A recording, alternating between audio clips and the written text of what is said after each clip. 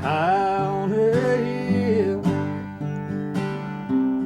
that no one knows, I'll lay me down where the cold wind blows, and I will wait for you. I remember when we met. You do? I torpedoed your song on Atlantic Records. Yes, yes, you did.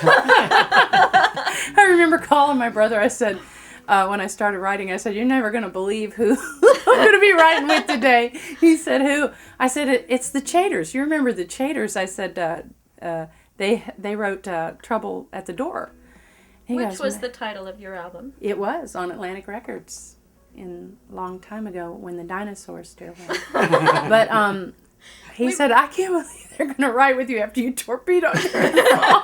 Left off the concluding verse. Uh-oh. Not So just that. We don't know how the story ends. I got thrown off the label. Didn't it come on Billboard with 99 with an anchor or something? Yeah. It's on Billboard. It's off Billboard. Oh, that was quick. What time is it? I did do a video though. You know, we're still getting paid for that every quarter. You Somebody's doing it. Absolutely. I've never earned a nickel. We are.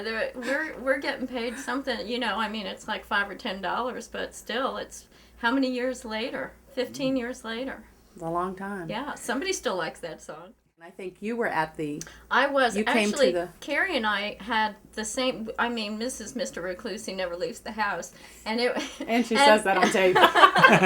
And it was, we had two things to do in one night, and so we flipped for it, and he lost, so I got to go to your show. She went to my showcase, and I remember being so flattered that you were there. It was so great. And then Rick paid us to write with you. That's what I thought happened. I know, so I can't remember. How did that happen, by the way? He came up because I had known you guys from reading all that fan mail. Buckets and buckets of fan mail. And so I went up to say hi because I was so starstruck by you. I mean, you did great on your showcase. And I came up and Rick said, you know, well, Donna's starting to write now. And I said, well, have her come over. And I did. And that was 15 years ago, 10 years ago. But they have a lovely round glass table in this part of their home that has little windows all around it. And that's where we would sit every Monday to write. So I sort of learned through the love of the Cheaters. They tenderly taught me the game. And through that, at one point, I remember getting this nice request from Mr. Cheater. Said, hey, could I interest you in helping out at my church for this one song? And I said, sure, I'll help you. He said, we have a little choir that's starting and we need like a lead singer for this one song. I said, sure, I'll help you. I'd be glad to help you. Of course, they waited till I said, sure, I'll help you. And then he says, it's 13 rehearsals. I was like, okay. So then I joined the church that Kerry was the choir director and Lynn was, you were almost the whole alto section, weren't you? I was, yeah, yes. Until I joined, and then That's it was right. the two of us. And through that, we started another journey on writing where we started writing only Christian music for a long while. And then, lo and behold, I got a bluegrass deal. So I called him up and said, hey, y'all want to write some bluegrass music? And I remember, I think the first time that we wrote, that I was, launched on this bluegrass journey and you picked your guitar up for the first time in a long time.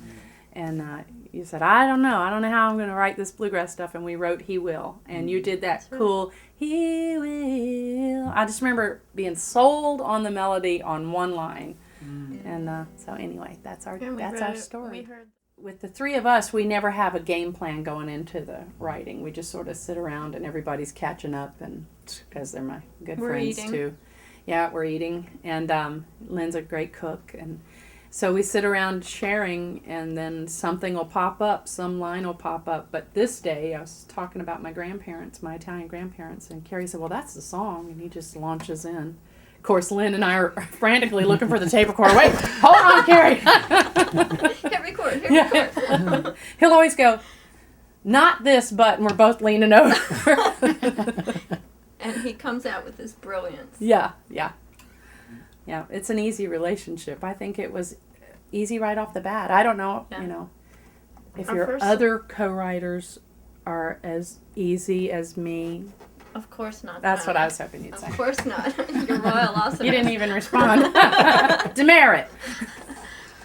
Well, I love how you came to the game with so much excitement and some real creative stuff. It just was wonderful. And I know Lynn and I talked about it when you weren't there as to, wow, this girl's really a writer. And Yeah. she just is born to it and comes right in and gets it right off the bat and goes for some good stuff. The way you twist lines and your inner rhymes are just remarkable. That's what being the lyricist, I love the inner rhymes and the way you come at a song from a different point of view.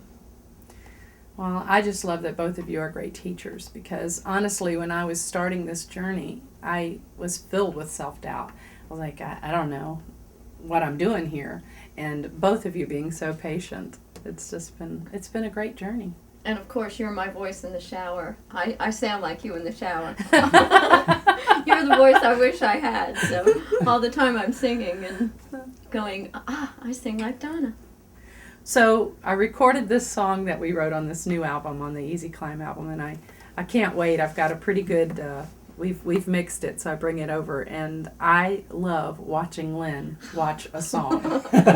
So, 2 notes into the intro, and she's weeping from every pore of her body. Well, I can remember why we wrote it and the story behind it and the fact that you were related or was it your niece who was... My niece. This day, I was excited because I think we'd had a hiatus. I was touring a lot, so it's made a big difference in how often I get to co-write these days.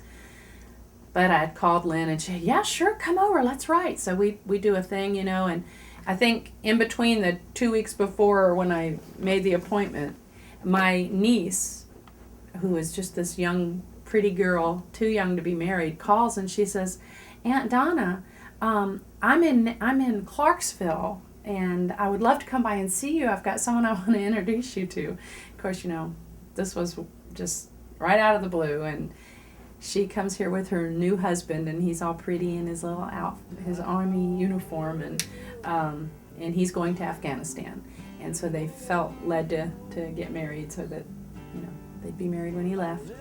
And I came over the next day, the day after they left, and I was telling you guys this, and I think you started with that very first line. I will wait for you up there until I feel you in the air. My love has come where the cold wind blows.